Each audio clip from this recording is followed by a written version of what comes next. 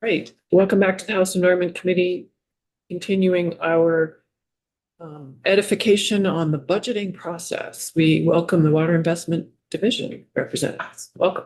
Hey, thank you so much for having us in. For the record, my name is Emily Bird. I'm the Water Investment Division Director at the Department of Environmental Conservation. And I'm joined today by my colleague Gianna Petito, who is our Deputy Director for the Water Investment Division. Today, we're going to do a little bit of a deeper dive on the Water Investment Division's budget. I'm just going to get one thing situated. There we go. All right. So an outline for our presentation today. Today, we're going to cover our division's vision and mission, the water resource infrastructure work that we support and promote, a breakdown of our budget and the funding programs that it provides resources for, and wrap up with some resources for more information. Right, so our division's vision is that Vermonters equitably benefit from clean water that provides public health, safety, use, and enjoyment. And our mission is to steward and sustain public investment in water resources and infrastructure by securing and targeting financial and technical assistance while ensuring transparency and accountability to the public and stakeholders. We have 5 major program areas in our division. The state revolving funds provide loan financing and technical and engineering support to water and wastewater infrastructure, as well as stormwater treatment and natural resource projects. The Clean Water Initiative program provides budget coordination, technical and financial assistance to partners to implement clean water and facilitates tracking and accounting and reporting and communications on the results of investments in clean water. Our watershed planning program leads the tactical basin planning process, which identifies priority water quality concerns in Vermont's major 15 river basins and identifies priority actions to address those water quality concerns based on water quality monitoring and sector-based assessments. Watershed planning program works really closely with partners across the state, from regional planning commissions, conservation districts, and watershed organizations to drive that planning process. And they also provide technical project management for the water quality restoration formula grant program and the Clean Water Service Delivery Network. Our dam safety program regulates non-federal and non-powered dams in Vermont and owns and operates 14 dams, including the 3 flood control dams along the Winooski River. Our agency facilities team provides engineering, design, construction, project management support for all of A&R lands. So that includes water, wastewater, stormwater, and dam rehabilitation work on A&R lands covering Department of Environmental Conservation, Forest Parks and Rec, and Fish and Wildlife. Those are some of our major program areas. And at a really high level, our programs support and promote projects that enhance and restore natural infrastructure, including floodplains, wetlands, riparian buffers. They help to refurbish and upgrade drinking water and wastewater systems and associated infrastructure, and establish and retrofit stormwater management systems and promote dam safety and flood control. Moving into our budget overview, here is a breakdown of the DEC budget by division. As you can see, well, maybe you can't see, but that really big blue rectangle is WID's division budget. And so we have the largest division budget in DEC, and that's largely in part due to the very high level of funding that we're able to pass through to provide financial assistance to our partners. So 92% of WID's budget goes out as grants, contracts, and loans. This pie chart, or these pie charts, provide a little bit more of a breakdown on that for you. So on the far left in green, 92% of our budget goes out as grants, contracts, and loans. 8% of our budget is for our operating, including personnel. The dollars that are passed through that 92% is further broken down as 73% loans, 16% grants, and 11% contracts. And then breaking that down by program area, 45% of those dollars that go out the door are associated with our drinking water state revolving loan fund, 27% with our clean water state revolving loan fund, 2% with dam safety loan program, and 26% with the Clean Water Initiative program, so the clean water funding. And then just breaking that down a little bit more for you. Here we show some sub-program areas. So for the clean water side, about 2/3 of the clean water funding is associated with the state revenue from the Clean Water Fund. That's shown in the dark green. And, oh, I'm sorry. Oh, there it is. Okay. And then about 1/3 is from the federal Lake Champlain Basin program. That's shown in the light green for Clean Water Initiative program. Moving on to the blue, we have the Clean Water State Revolving Fund, and about half of the dollars that we anticipate going out as loans are associated with the bipartisan infrastructure law. And this coming year will be our last year of funding coming from the federal level for bill funding. And that's shown in the striped segments of the pie chart. Moving over to the Drinking Water State Revolving Fund, we have about 3/4 of the loan funding that we anticipate to go out this year will be associated with the bipartisan infrastructure law. And about 1/4 of that is the base funding to go out as loans under the Drinking Water State Revolving Fund. And then 2% is associated with the new loan program that is going to be launched to support dam safety. So on the. Actually, I have a question for Representative Sackowitz. Yeah, I'm wondering, there's pie charts showing the relative amounts of money that are in each section, and I'm wondering how much of distribution of funds is due to sort of policy choices, and how much is due to we had an opportunity to get money, and so we did, and so this is bigger than it would have been otherwise, kind of. Sure. I know that's kind of a big question, but I wonder if you sort of have a high level sort of response. Absolutely. And once I get through the budget breakdown at the division level, Gianna is going to walk through some of the individual program areas. Each of the programs that we run are driven by federal and state statute and have a very specific intent and goals that they're directed to achieve. So it is all very much strategically directed based on law and rule.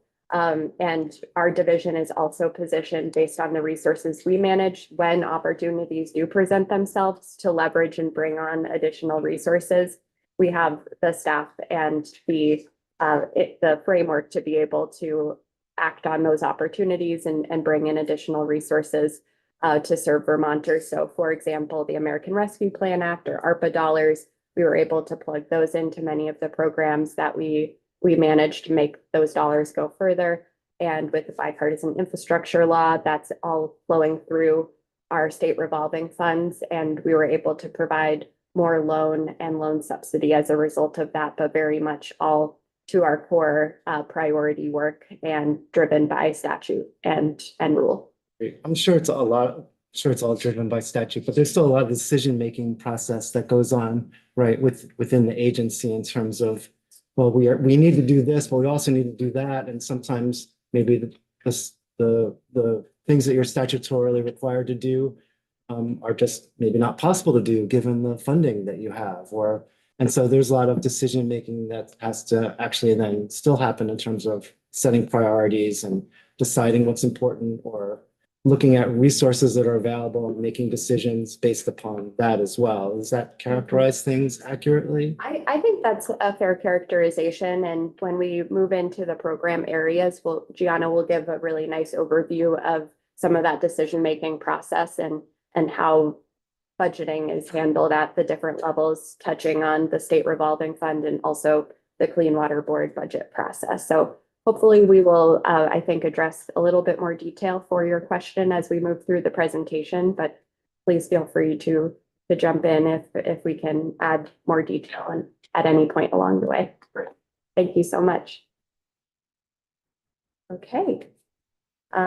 So before I move on, I just want to highlight that the bipartisan infrastructure law funding was available for federal fiscal year 2022 through 2026. As I mentioned, this year will be the last year that those dollars are flowing in through our programs. Over that 5-year period, the Drinking Water State Revolving Fund was able to leverage an additional $181 million thanks to Bill, and on the clean water side, an additional $59 million. And so some of that will be, all of it will be put out as loans. Some of it will be repaid back and result in a long-term increase in the dollars available to revolve in our state revolving fund. And some of it also is going to loan subsidy, so principal loan forgiveness. That will help make some of these projects more affordable. For example, addressing emerging contaminants, those dollars are 100% forgivable. Question, were those administered through the Clean Water Fund? Those are administered through the state revolving funds for drinking water and clean water. And so all of those, we had federal grants that came in from the EPA to go out through our loan programs. And all of those dollars went through the annual prioritization process in the intended use plans for the state revolving funds, which Gianna will touch on in a moment. Yeah. Representative Sacco. Yeah, this is not specifically about how you're spending your money, but since you brought it up, it's something I've really wondered about for a while is you talked about, loans that are 100% forgivable. Mhm. Sounds a lot like a grant. But I know there's got to be some sort of substantial difference or else we wouldn't be talking about them different ways. Can you tell us like a little bit about how that connection works? Sure. So and Gianna may touch on this as once we get to that part of the presentation. Basically, each year we run a solicitation process called our priority project list, where communities can apply for loan funding, loan financing. It goes through a prioritization process, and then we work with either the Vermont Municipal Bond Bank or Vermont Economic Development Authority, VEDA, to provide loans. And depending on the prioritization of the project, the community it serves, they may be eligible for principal loan forgiveness. And so that would be built into the terms of the loan. And so it does function differently than a grant, even if it gets 100% of the principal loan forgiveness. It's just a different mechanism based on how the program is set up for dollars to flow out of our lending institutions. Is there anything else you want to add? I think that you're touching on it. Some of the main differences are really sort of the paperwork and process alone. The loan review going through the bond bank or Vermont Economic Development Authority is reviewing the borrower and their eligibility to access the funds. If it's a municipality, they have to go through a bond vote. So regardless of whether those things are subsidized or not, the process and paperwork and the commitment to pay back some portion of it looks very different from a competitive request for proposals of a grant that's advancing the mission of the division in alignment with a nonprofit watershed mission. So they have a different flavor, but in terms of the general public will often think of it as free money one way or the other. So I think it's a fair question, and the exact differences is just really more around the process and the paperwork and the commitments and who's involved. And maybe that ties a little bit to your other question about how do we as a division decide on this pie chart, and Director Byrd's reference about statute is that each of these dollars aren't necessarily sort of a big pot of funds that we say, okay, let's put it over here to SRF or let's put it over here to Clean Water Fund. Each of them are sort of separately appropriated under different reasons. So the SRF money or the federal money is set with certain formulas about how much Vermont will get and how much we have to commit as match. And that's coming to us as very specific line items in the capital bill. We don't take that and say, let's go put that over in the Clean Water Fund. That's a different budgeting process. And how much money comes to the to WID to administer from that budget process is what adds up to this pie chart in some ways. So there's a little bit of movement there, but a lot of it is really tied to what's authorized in statute from different line items as well. Sorry, that's your other question, but Did you get the answer to your question? Yeah, no, that was helpful. Okay, and maybe I need to rehear it. I'm not sure, but how do you decide who gets relief from their loan and who pays their loan back? Yeah, I think we are going to get into that in a little bit. Okay, We don't, let's keep going. but it's a great question and happy to touch on that. Thank you so much. I have a question on that too, when I was holding on, like, I think that's. Okay, great. Yeah. Thank you. Look forward to that. Okay, maybe building a little bit on what Gianna said, at the state level, we have our state revenue into the Clean Water Fund. We also work with the institutions committees through the capital bill appropriation process. We touch on the sections 9 and 10 of the capital bill for clean water and A&R programs. And there's also loan repayment dollars that come in that we're able to program out. And all of these state sources that we manage and administer help to leverage federal resources as well. So for example, from the Clean Water Fund, we were able to use Clean Water Fund dollars as significant contribution to be able to access the USDA Regional Conservation Partnership Program grant to bring in additional resources for farmers and foresters. The Clean Water Fund was also paired with American Rescue Plan Act dollars to make those dollars go further to support a lot of the stormwater infrastructure requirements in Vermont. Clean Water Fund is also used to provide match to bring in federal funding through the Lake Champlain Basin Program. From the capital bill, we are able to bring in match dollars to bring in the federal grant for the drinking water and clean water state revolving funds. And also to provide match to support the U.S. Army Corps of Engineer work at A&R owned dams. So I guess the takeaway from this slide is that our operating budget houses some of the state funding and federal funds that get appropriated to our agency, but we make those dollars go a lot further by strategically pairing and leveraging with other resources at the federal level. So with that, I'm going to hand it over to Gianna, who will walk through more detail for each of these program areas. And we're going to start by introducing the state revolving loan fund programs, and hopefully this will address some of the questions that were raised, but happy to touch on those again as part of this slide as well. So Gianna, thank you. Should we pass our? Yes, we're just going to switch our laptops here. Here, I'll take this one. Okay, We're switching great. presenter and note taking. Thanks, everyone.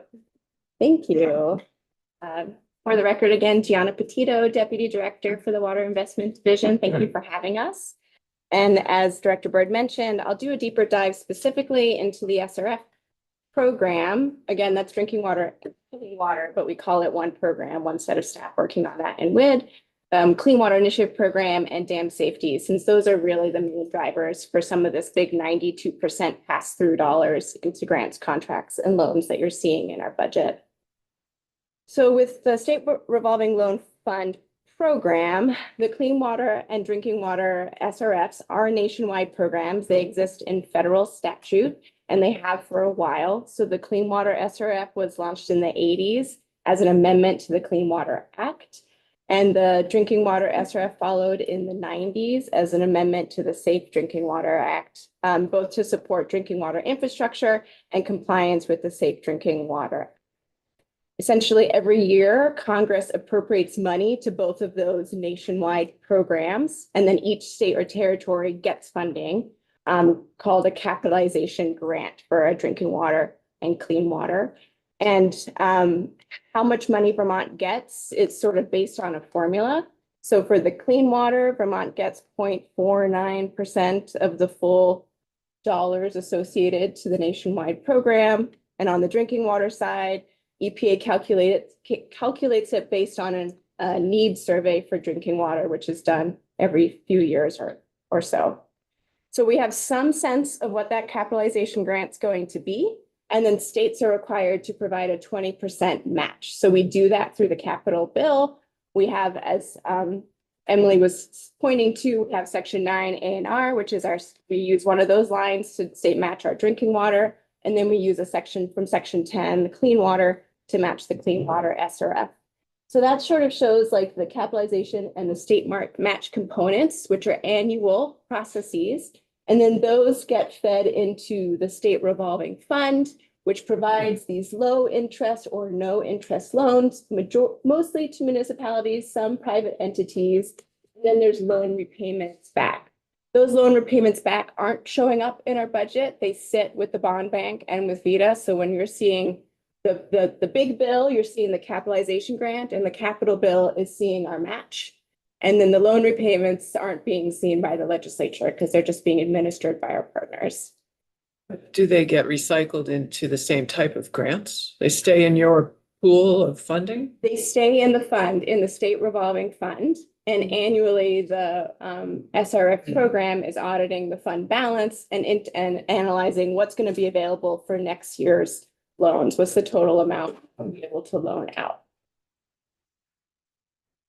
There's a lot of different pieces to this, and I'm a novice. And if there's a lot of interest here, we can bring in our SRF program staff or the experts to help with that. But there are some different line items of the capitalization grant to be aware of and how we manage the program. For example, there are set asides on the drinking water SRF side, and Emily will speak to that a little bit, but it also supports staff time over in the Drinking Water and Groundwater Protection Division to administer some of the Safe Drinking Water Act obligations assigned to the state.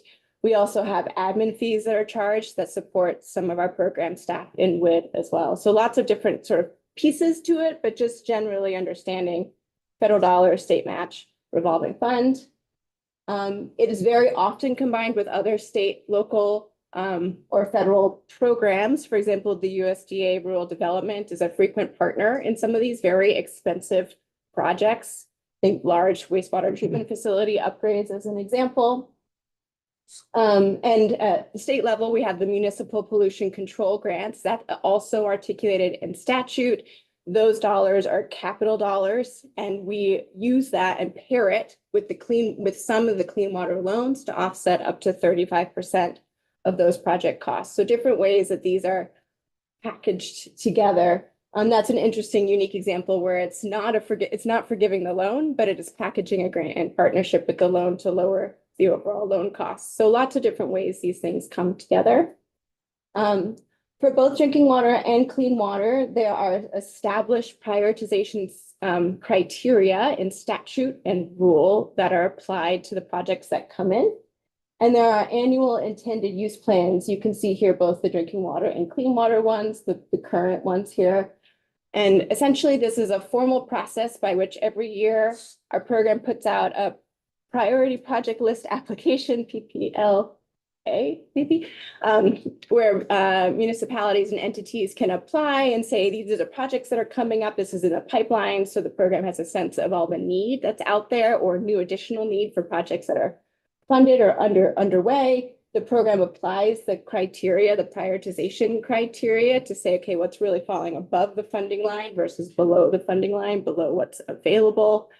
They package all that into what's called an intended use plan, put it out for public comment, and then all of that goes to EPA and is how we access or draw down the capitalization grant. We say, here's our list of priority projects based on this ranking and how much money is going to be available in the loan this year based on the fund balance. It's a very time intensive and thought out process that gets submitted to EPA, and that's how we access the dollars.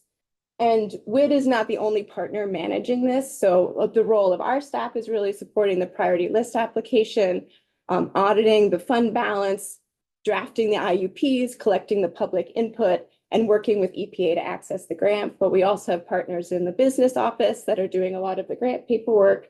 We have partners in Drinking Water Groundwater Protection Division overseeing sort of the engineering of the drinking water components. The WID staff also support loan applications, and the WID staff also we have design and construction engineers on the clean water side who are hand-holding the projects through making sure that we're in compliance with all of the federal cross-cutters and obligations that come along with accessing PA dollars. I think that's it, but I'll take questions. Representative Tagliavia. How often do you find that state revolving loan fund at the end of the year or maybe before the end of the year is not accessible because there's no money left. Does that happen often? Or is this a fund that has got enough money in it, it's not running? Mhm. It varies year to year, but where we are right now is demand is often more than what is able to be funded. However, so whenever each year as part of the IUP process that Gianna described, there's a priority project list application. So we hear about all the projects that want to access financing. Those projects get ranked, and based on the dollars we anticipate having available to issue loans, there's a funding line that's drawn that says all the projects above can access funding. All the projects below are ranked and can access funding if we're able to move that funding line lower. And many times there's projects above the funding line that may not be ready to proceed that year. Something may come up that could slow the project down. And then we're able to move funding down to access those projects lower on the list. So it is a bit fluid over the course of the year. And often we will see projects that may come in one year, not able to access or aren't ready to access, that come in the next year and then are further along and able to access. So we do our best to meet all of the needs out there and provide that kind of assistance to the towns and some private borrowers. But unfortunately, there are years where we're not able to support every single project that comes in. Representative Austin. Yeah. This may be not anywhere in your area, but I'm wondering, does this or any of your programs intersect with the CHIPS program?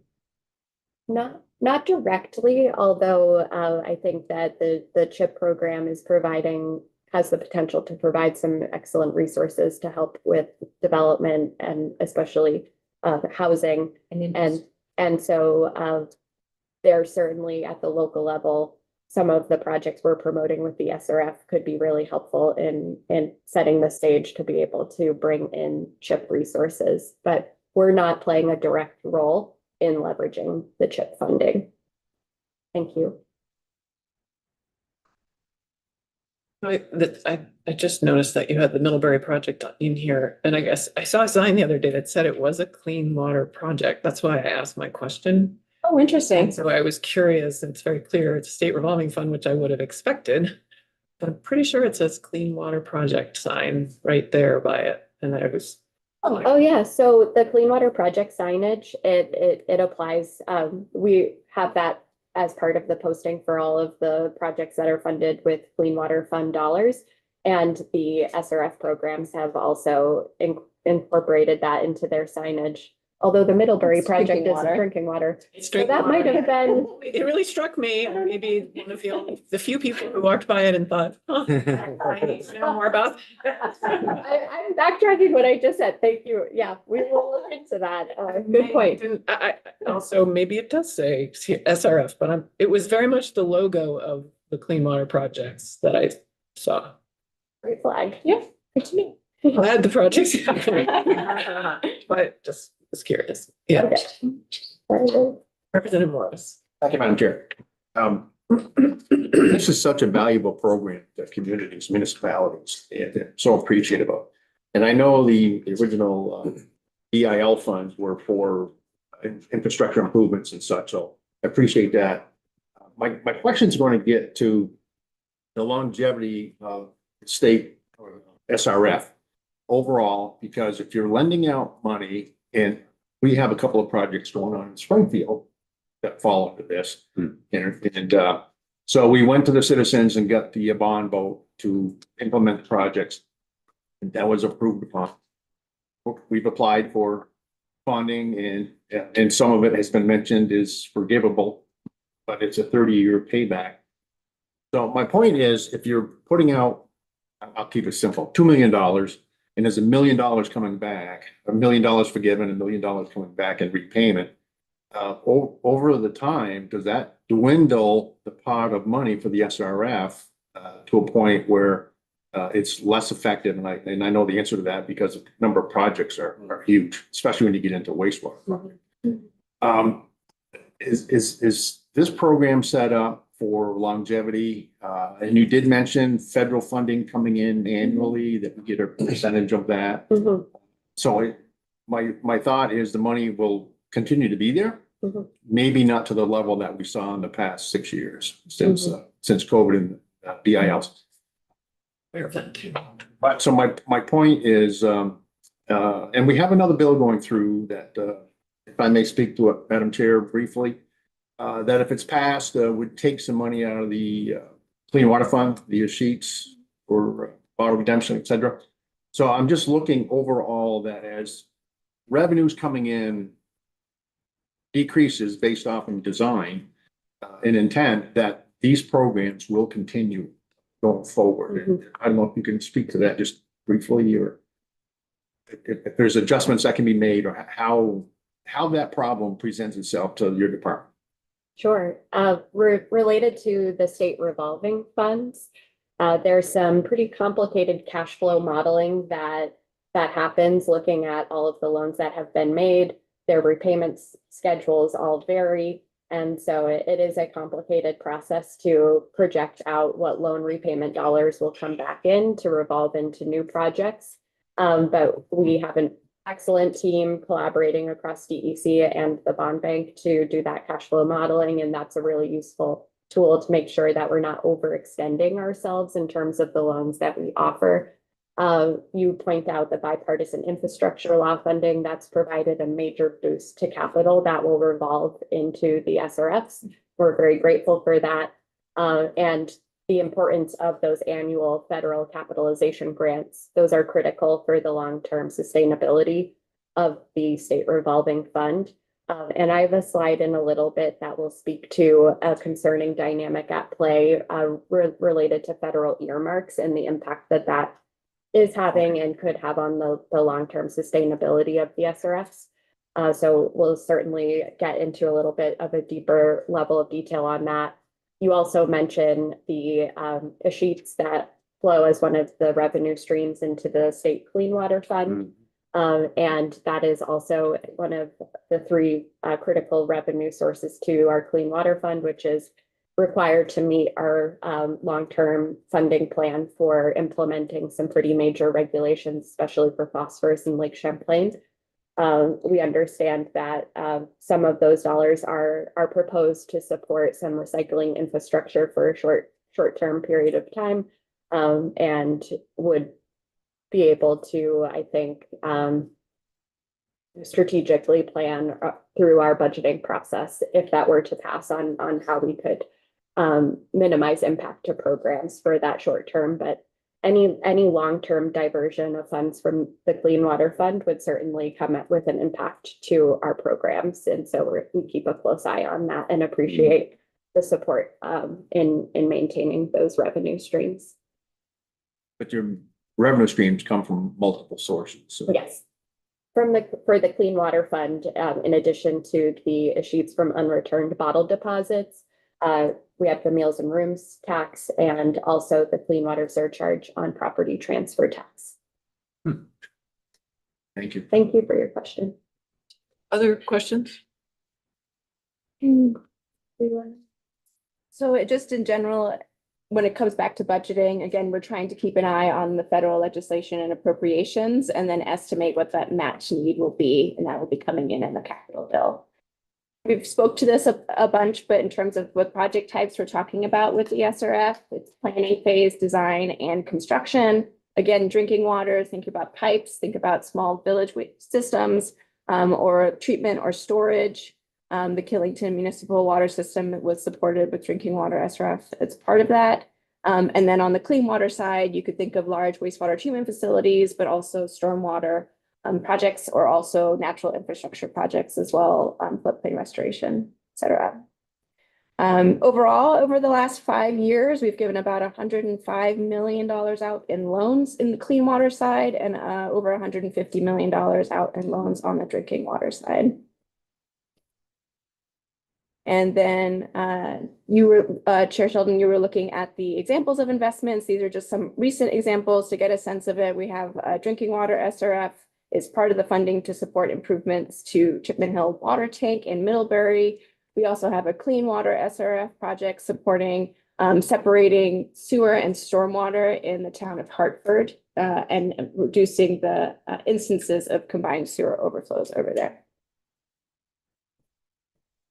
And then would you like to speak to earmarks? Sure, we started on this a little bit here, but I just wanted, well, before we move on from the state revolving funds, wanted to make sure you are all aware of a dynamic at play where federal earmarks are impacting our state revolving funds. So congressionally directed spending, or CDS, or also known as community project funding, CPF. I'll just refer to as earmarks. At the federal level, those that are in, many of those that are in the water and wastewater sector are deducted from the National State Revolving Fund appropriation out of that category of the federal budget. And so that basically means that when these earmark projects are appropriated, the dollars going to them across all the states get taken off the amount that is available to go to states for their SRF programs off the top. And then what's left gets apportioned out to states based on formula and need. And so this is a concerning dynamic for the long-term sustainability of our state revolving funds. These earmarks are issued as grants to individual communities and to these individual projects versus going through the robust prioritization and review process of the state revolving fund programs.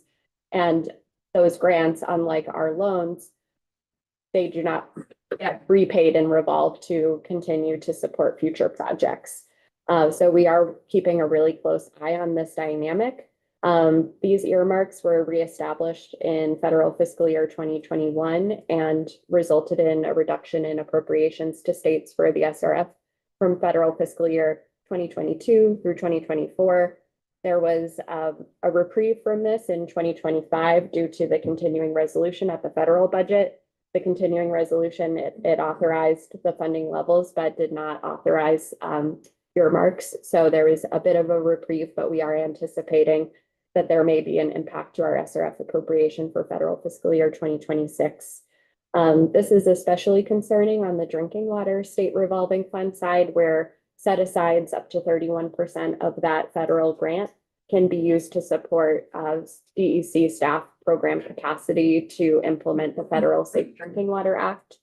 And if this came to pass, I have heard an estimate from the Drinking Water Groundwater Protection Division that could, right now, these set-asides support about 22 full-time equivalent positions, and the funding would only be significant enough to support 7 positions. And those, the work of those programs is really critical for addressing lead, PFAS, and other contaminants in drinking water across the state of Vermont. So this hasn't happened yet, and we're working really closely with our congressional delegation.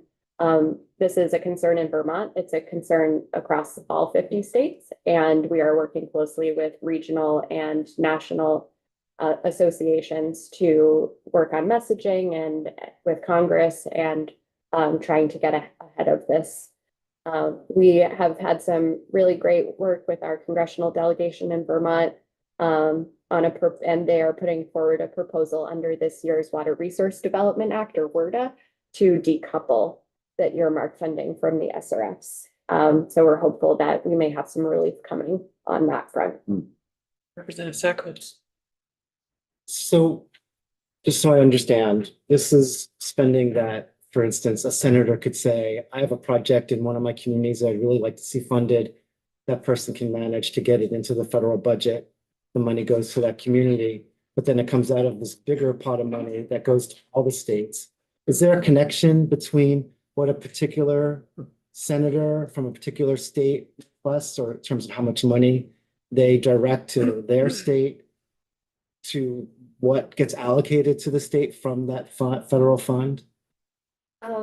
That's a great question. I may have to follow up with a little bit more detail how that works at the federal budget level. My understanding is that on the House and the Senate side, they do an open solicitation each year for earmark projects. So communities can apply. Each senator or representative, they review and rank the project applications and put forward a request to their committee for consideration of funding. And it varies state to state which projects get funded and how much money may come back to the state through earmarks. But all of that funding for earmarks just gets taken off the top. So the earmarks that come to Vermont don't necessarily impact Vermont's state revolving fund grant amount directly. It's all pooled together at the national level, taken off the top, and then there's a formula that allocates the remaining dollars out to states for their SRF. So I hope that answers your question. Yeah, I'm just Apologies. wondering about like, if there was a connection, then we could say to our congressional delegation, please don't earmark money because it's just gonna take it from our pot of money that we have available, and then we won't have things prioritized in a way which might make more sense than just who has the loudest voice that connects to one of our, one of the members of our delegation.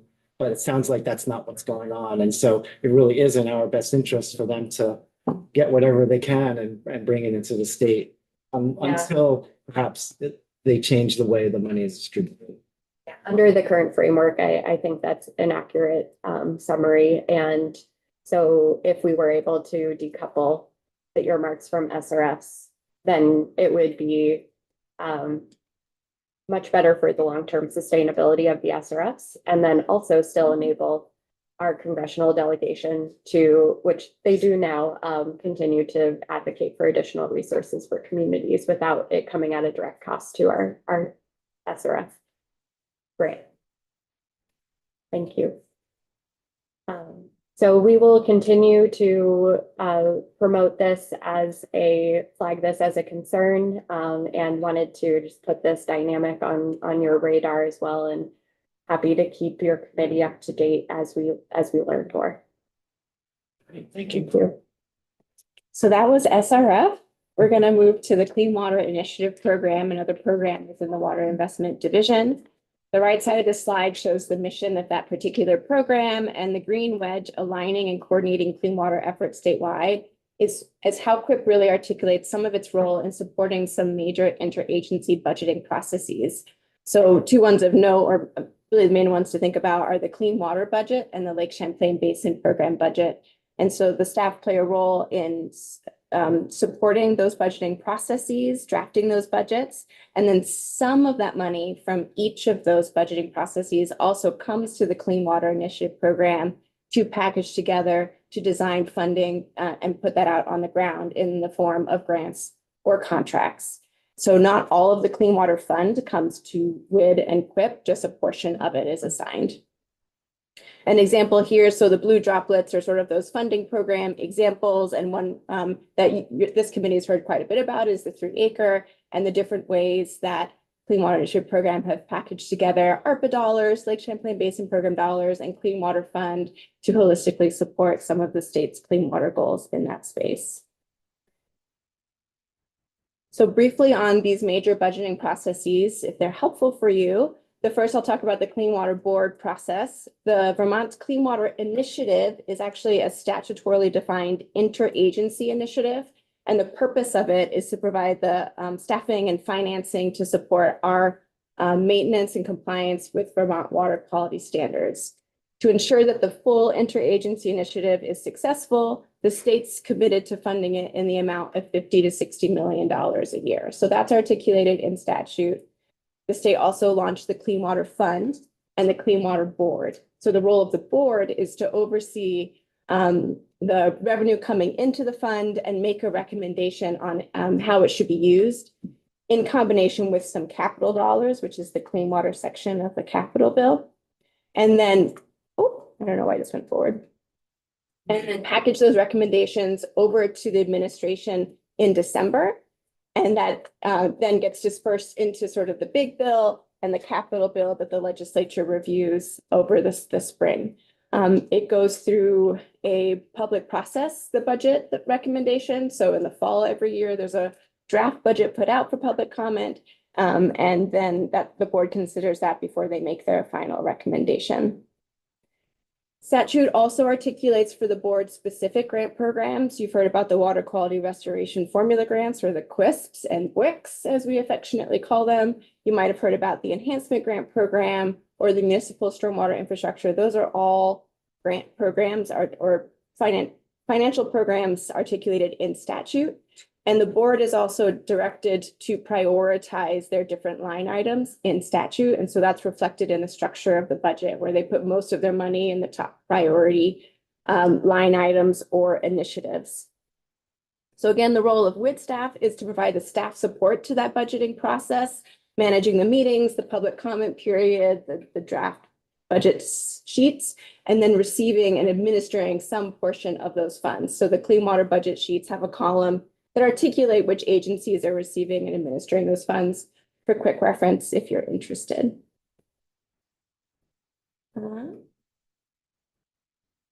Lake Champlain Basin Program is a program that exists in federal statute, the Patrick Leahy Lake Champlain Basin Program, as it was renamed.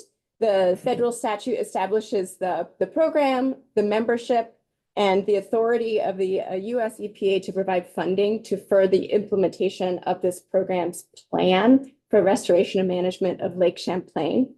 So WID staff support both the LCBP Lake Champlain Basin Program and DEC in an annual budgeting process, helping identify key state priorities. So this sort of shows the annual process. Just in general, it's year round. When one ends, we start the next, as we all do in budgeting processes. And there's many different budget categories. So down here, there's a personnel budget category, there's core annual projects, there's what we call TMDL implementation and state line items. So each year, these things might change slightly, but it's quite a complex process.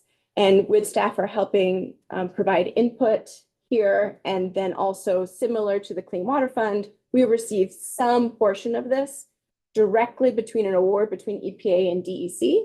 And those are the funds that we oversee and administer, which we call the Lake Champlain Basin Program dollars, federal dollars. So those do show up as federal dollars in our budget presented to the legislature. This is just a snapshot of the operating structure of the Lake Champlain Basin Program to show that it's very complex. It represents a massive partnership and a very comprehensive budgeting process. And again, WID and DEC staff are providing input and support to the budget, but also serve on some of these committees representing the state's interests in clean water.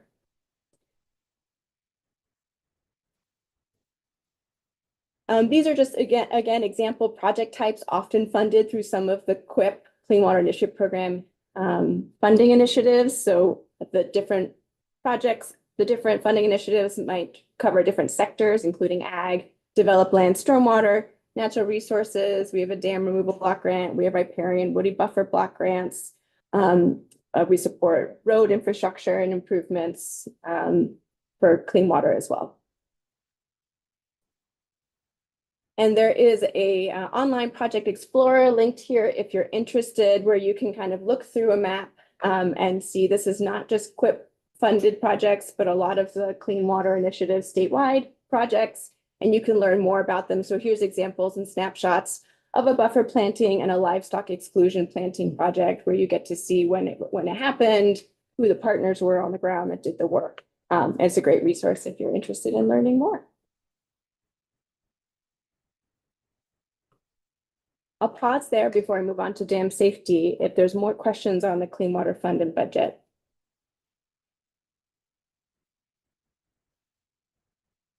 Great. Okay.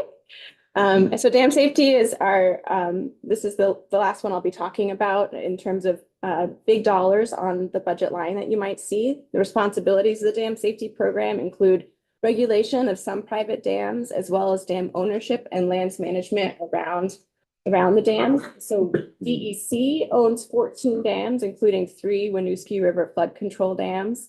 This dam ownership and lands management is sort of a main driver for some of the expenses and operating expenses in the budget. Most of our maintenance comes out of the general fund and goes into the operating budget. But if we have large scale engineering, construction projects, that's typically going through the capital bill.